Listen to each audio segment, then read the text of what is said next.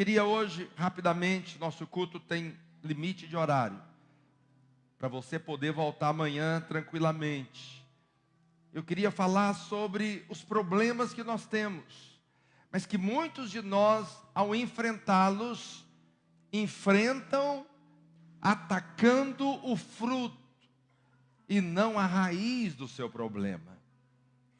Todos nós enfrentamos problemas e todos nós queremos resolver os problemas.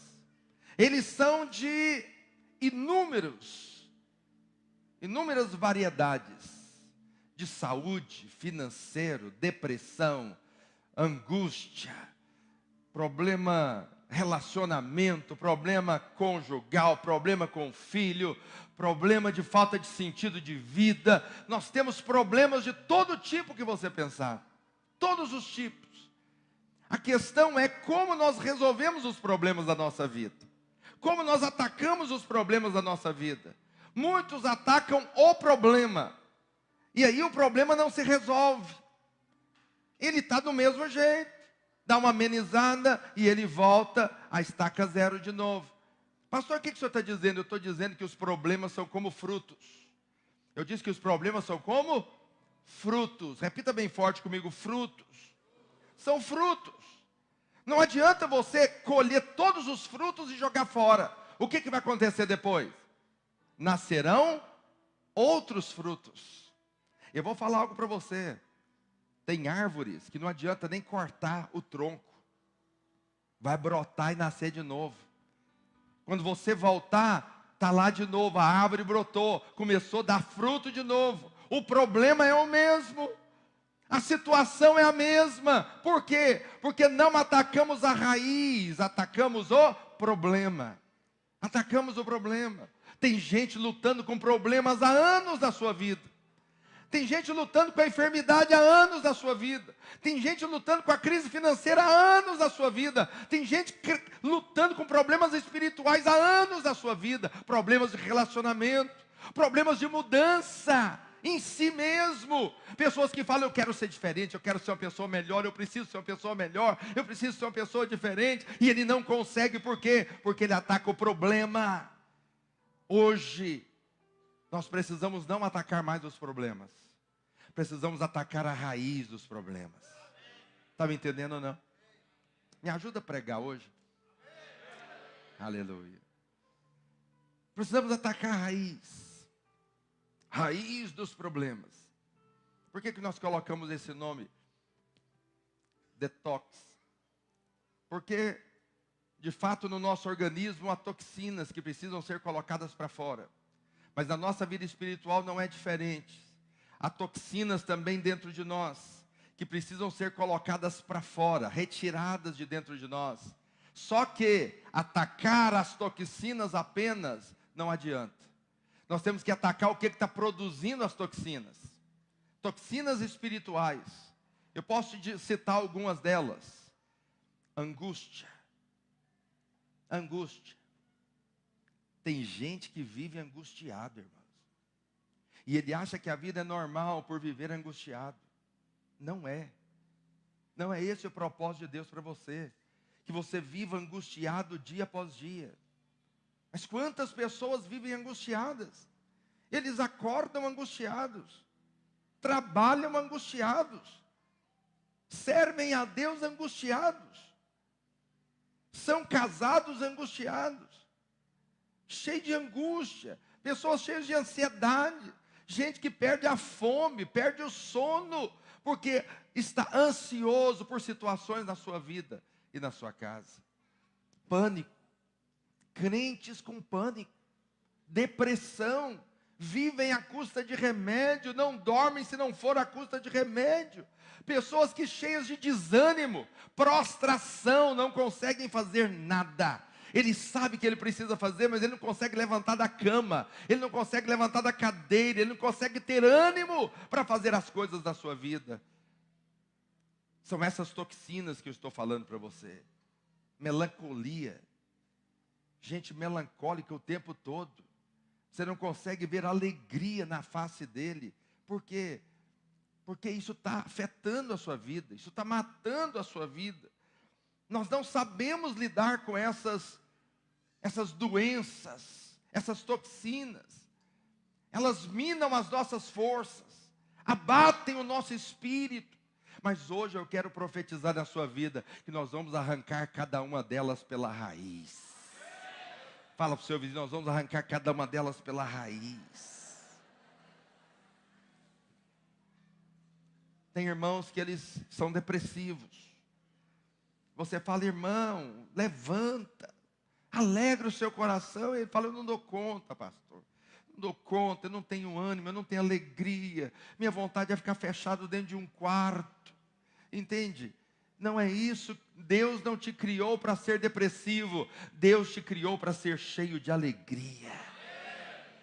Pastor, como que eu trato a raiz desses problemas?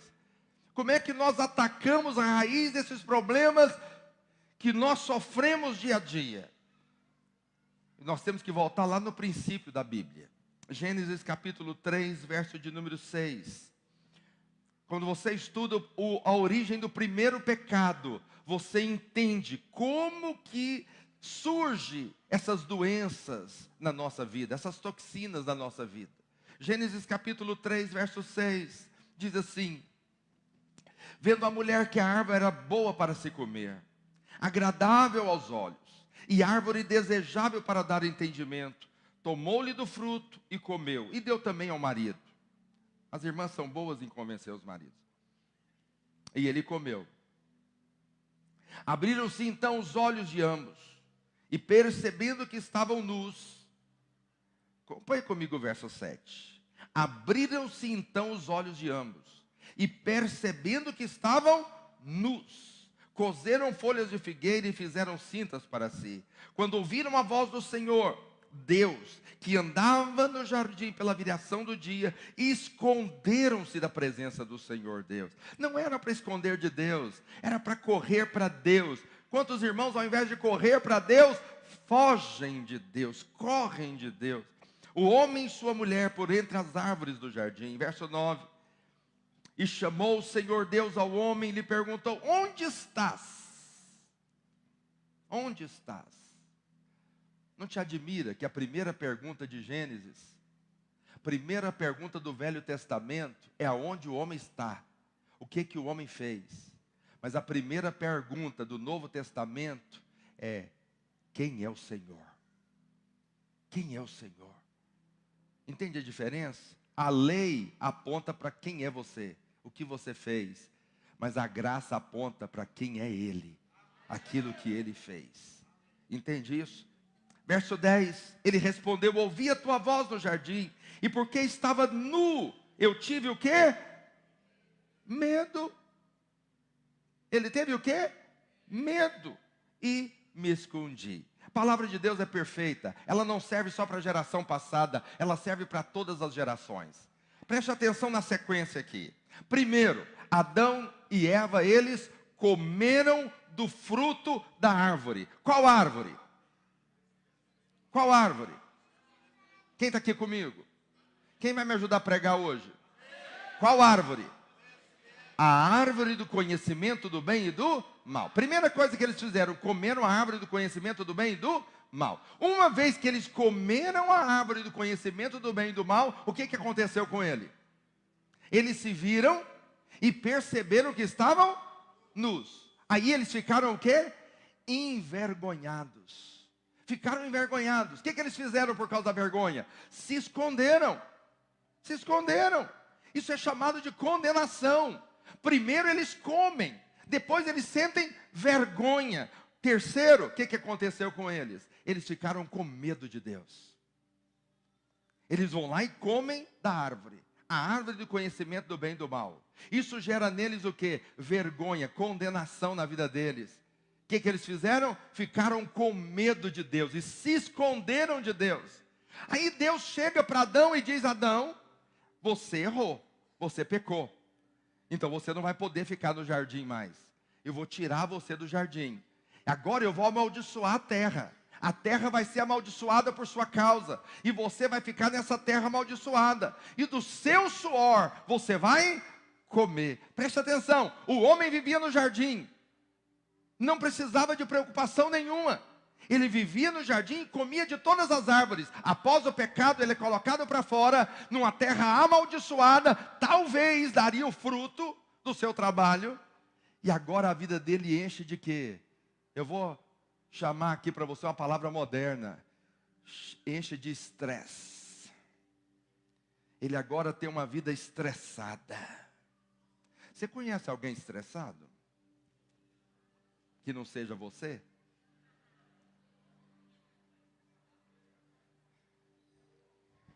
Alguém aqui já se estressou alguma vez? Essa igreja não, ninguém aqui se estressa.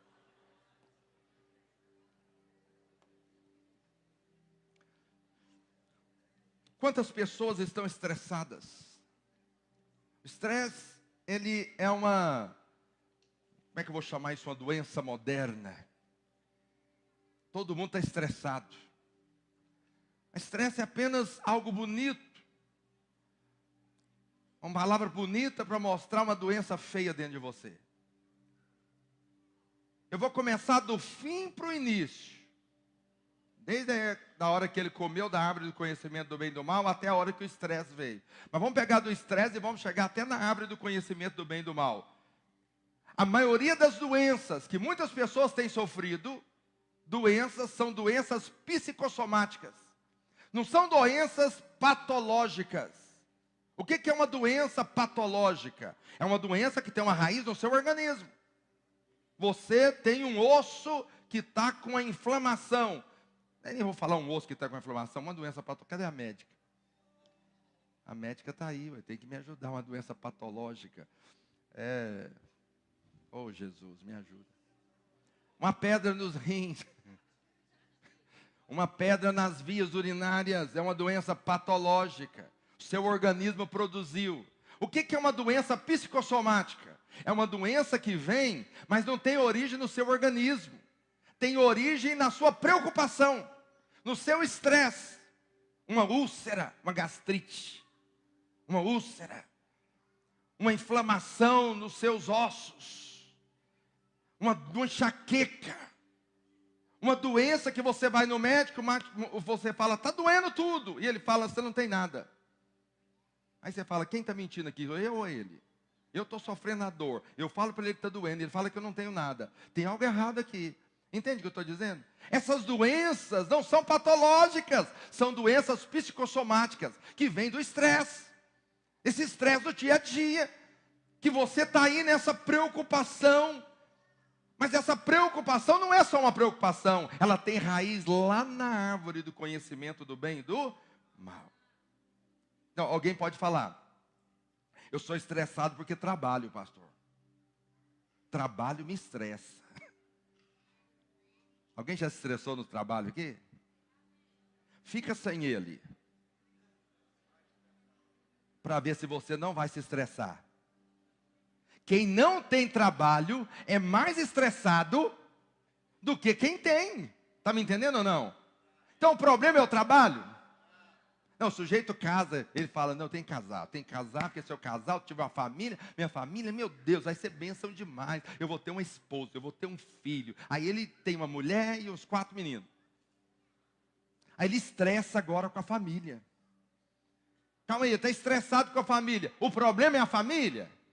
Fica sem ela. Pega os jovens que não casaram ainda e pergunta se ele está estressado ou não.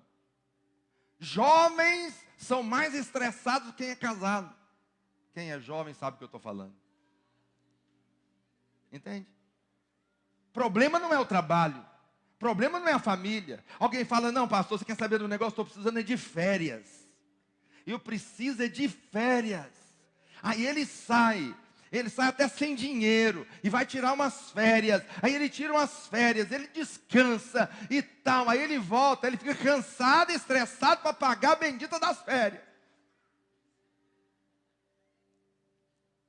Ele volta, os frutos estão, a árvore já nasceu, está cheio de fruto de novo. Ele tem as mesmas preocupações, os mesmos problemas. Por quê? Porque o problema não está nisso. Não, pastor, eu preciso de um spa. As irmãs falam, pastor, eu preciso fazer compra no shopping. Depois só alivia um pouquinho. Estou estressada. Ela vai no shopping, compra. Aí depois ela fica estressada pensando, como que eu vou pagar esse negócio? É a volta, o problema é do mesmo jeito. A situação é a mesma. Por quê? Porque o problema não está nisso. O que nós vamos fazer? Vamos largar o emprego, vamos viver de spa. Todo dia no spa. Pensa, que vida. Você fala, pastor, maravilhoso. Maravilhoso um dia. Maravilhoso 2 dias. O terceiro dia você já não quer spa mais. Está me entendendo? Eu era pobre de maré, descia. Aí comecei a ganhar um pouquinho de dinheiro. Comecei a ter condição de tirar férias. A primeira vez que eu fui nas férias, eu fiquei 15 dias na praia. 15 dias, você sabe o que é isso?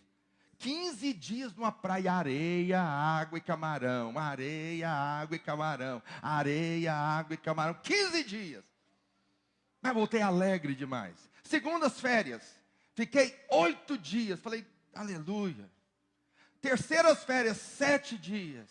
As quarta, quinta, só 4 dias. Por resto, as últimas vezes que eu fui na praia, nem pôr o dedo na água, eu não coloquei.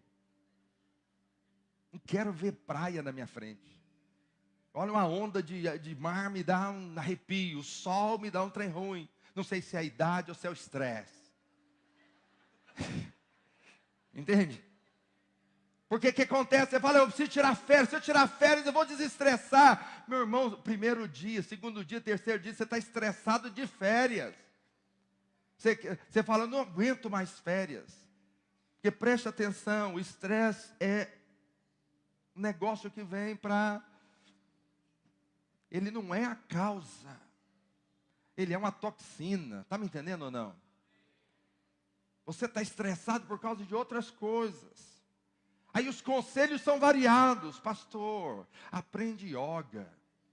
Você aprender a respirar bem, condensar sua respiração e tiver uma meditação transcendental, você vai melhorar o seu estresse.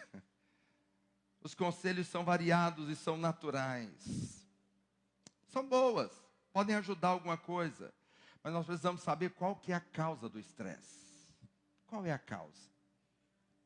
O homem vivia no jardim. E lá no jardim ele era o quê? Rico. Diga comigo, rico. Era ou não era rico? O homem tinha o maior pomar do mundo, o maior condomínio fechado do mundo, com uma casa só. Para ele e a sua família. A Bíblia diz que lá era cheio de ouro e pedras preciosas, cheio de riqueza. O dia que o homem saiu do jardim, ele ficou pobre. Foi viver numa terra amaldiçoada. Isso produziu nele o quê?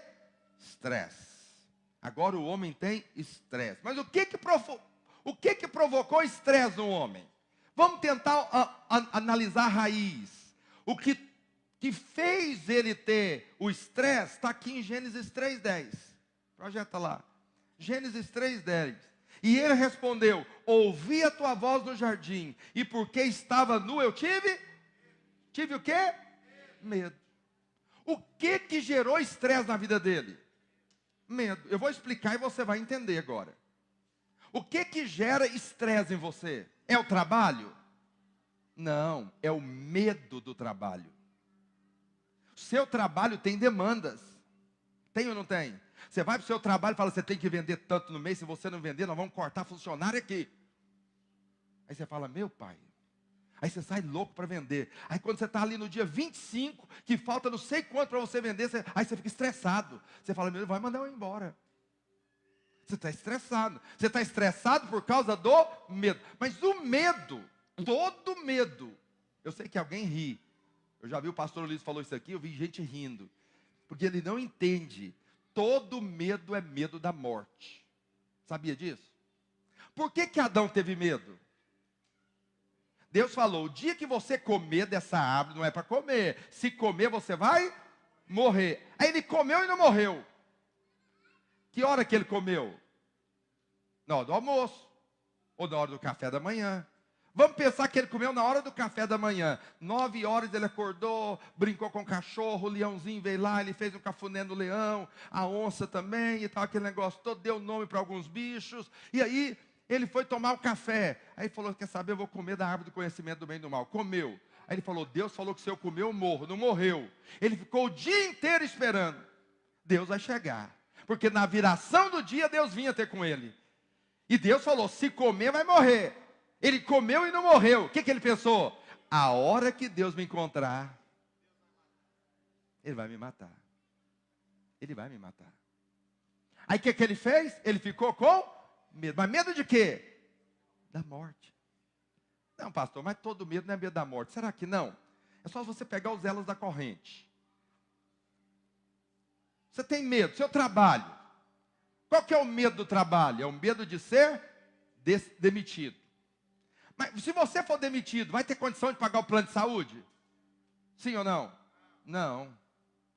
E se você não pagar o plano de saúde e ficar doente, o que vai acontecer com você? Vai morrer. Fala para o seu vizinho, vai morrer. Está me entendendo ou não? Aí você fala, não, pastor, mas olha, pelo amor de Deus, eu sou jovem, nem doença tem. Então tá bom. Qual que é o medo de perder o emprego? Ah, se eu perder o emprego, eu não vou ter condição de pagar o meu aluguel, de comprar comida no supermercado. E quem não compra comida no supermercado, não come. Quem não come, fica doente. Quem fica doente? Todo medo é medo. Estava vindo agora da Colômbia. E aí você sabe, esses voos internacionais sempre tem turbulência. Eu já estou acostumado. Mas parece que o povo é marinheiro de primeira viagem.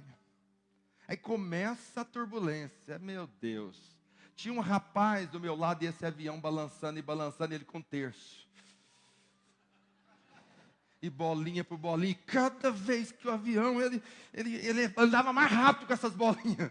Para ver se ele terminava o terço logo, para ter uma proteção na vida dele. Eu falei, coitado. Ele está com medo de quê? Primeira coisa, ele está com medo de uma voz que vem lá da cabine. Preparar para o impacto. Ninguém quer ouvir isso. O comandante pega lá o microfone e fala, olha, passaremos, aperte os cintos que nós vamos passar por uma turbulência. Já fica todo mundo tenso. Agora, se ele falar, preparar para o impacto, aí, meu irmão, sobrou o quê? Que avião você viu cair que sobrou alguém? Então, todo medo é medo de quê? Da morte. Adão estava com medo, mas medo de quê? Medo da morte. O que gera medo? O que gera estresse em alguém? É o medo. O medo gera estresse. É o medo de perder o emprego, é o medo de perder a família, é o medo de perder tudo e no final das contas morrer. Essa é a questão de tudo. Entende isso? Quem está me entendendo, diga amém. Agora, o medo vem por quê? O medo vem quando você duvida do amor de Deus. Todas as vezes que você duvidar do amor de Deus, alguém me fale o horário aí que eu não tenho. Que hora que termina aqui? 9h30, né? Vamos terminar no horário hoje. Aleluia. Tem ceia ainda. Glória a Deus. E eu não preguei domingo passado, então está acumulado aqui. Então, o que gera medo? Gera medo da dúvida do amor de Deus. Por que Adão ficou com medo de Deus? Porque ele duvidou que Deus ia chegar e perdoá-lo. Ele achou que Deus ia chegar e matá-lo. Os irmãos estão me entendendo ou não?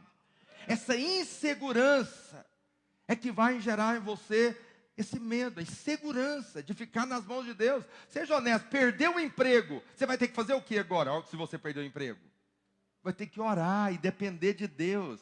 O que mais as pessoas não querem é depender de Deus. Seja honesto. O que elas mais não querem é depender de Deus. Se eu perder o emprego, pastor, e agora? Agora você vai orar e Deus vai te dar outro, mas Ele não quer. Porque depender de Deus parece que dá mais trabalho do que as outras coisas. Depender de Deus para comprar algo, depender de Deus para casar, depender de Deus para ter um filho, depender de Deus. As pessoas não querem depender de Deus. Entende o que eu estou dizendo? Isso gera nelas medo, insegurança. A base do amor é a certeza ou a incerteza que você tem desse amor para com você. Entende isso? A segurança que você vai ter está baseado no amor. Eu te pergunto, Deus te ama ou não? Não duvide do amor de Deus. Não duvide. Então preste atenção. O estresse é proveniente de quê? Do medo. Repita comigo, o estresse é proveniente de quê? Do medo. E o medo é proveniente de quê? Da condenação. Por que que o homem ficou com medo? Porque ele falou, Deus me condenou. Ele diz, se você comer, você vai morrer. Você vai morrer. E aí, ao comer e não morrer, ele pensou, Deus vai me matar. Ou seja, ele se sentiu condenado. A palavra que a Bíblia usa não é condenação, é vergonha. A Bíblia não diz que ele teve vergonha, ficou com medo e escondeu. A vergonha é o quê? O que é vergonha? É estar inapropriadamente. É vestir-se inapropriadamente. Pensa alguém nu aqui.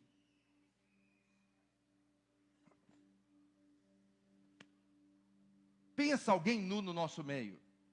Que vergonha. A Bíblia diz que o homem olhou para si e viu que estava nu. E escondeu de vergonha. O que é a vergonha? Não se achar apropriado. Entende isso? É você falar, eu não sou uma mãe que eu deveria ser.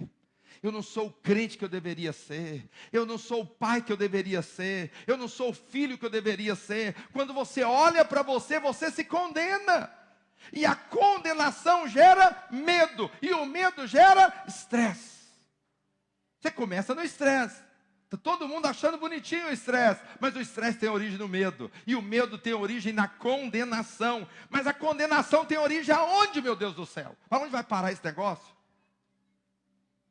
A condenação tem origem na árvore do conhecimento. Eu falei para você que eu estava andando de trás para frente. Você está estressado? O estresse tem origem no medo. O medo tem origem na condenação. Mas a condenação só aconteceu porque o homem comeu da árvore que não poderia comer. Agora preste atenção para nós encerrarmos isso aqui. Romanos capítulo 3, verso 20. Romanos capítulo 3, verso 20. Visto que ninguém será justificado diante dele por obras da lei. Em razão de que pela lei vem o quê? Pela lei vem o quê? O pleno conhecimento de quê? Do pecado. Calma aí. O homem comeu o quê? A árvore do conhecimento. O que traz o conhecimento do pecado? É a lei. O que o homem comeu? A lei. A árvore do conhecimento do bem e do mal é a árvore da lei. Quando você come da lei, o que gera em você? Condenação. O que é a lei?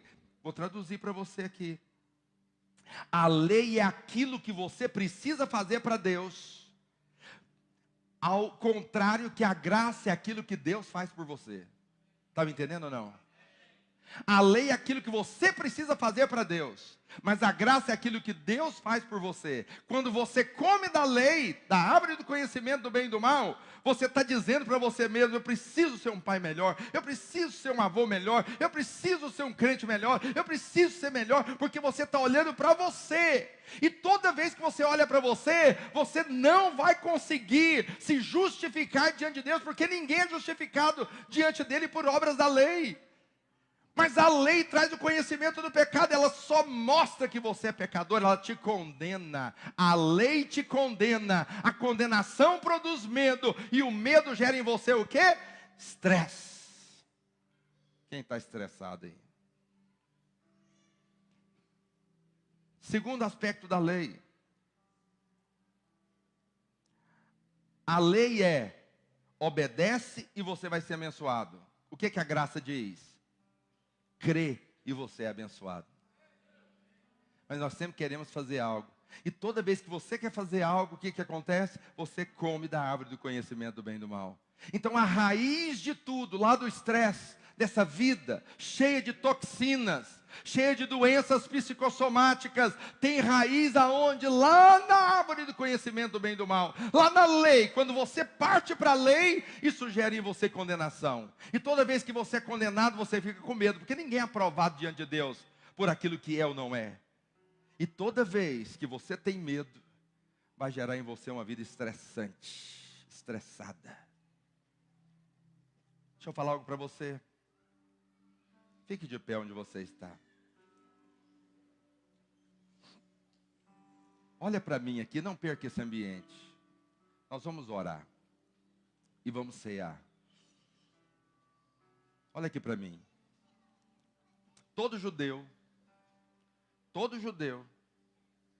ele se apresentava diante de Deus e levava um sacrifício.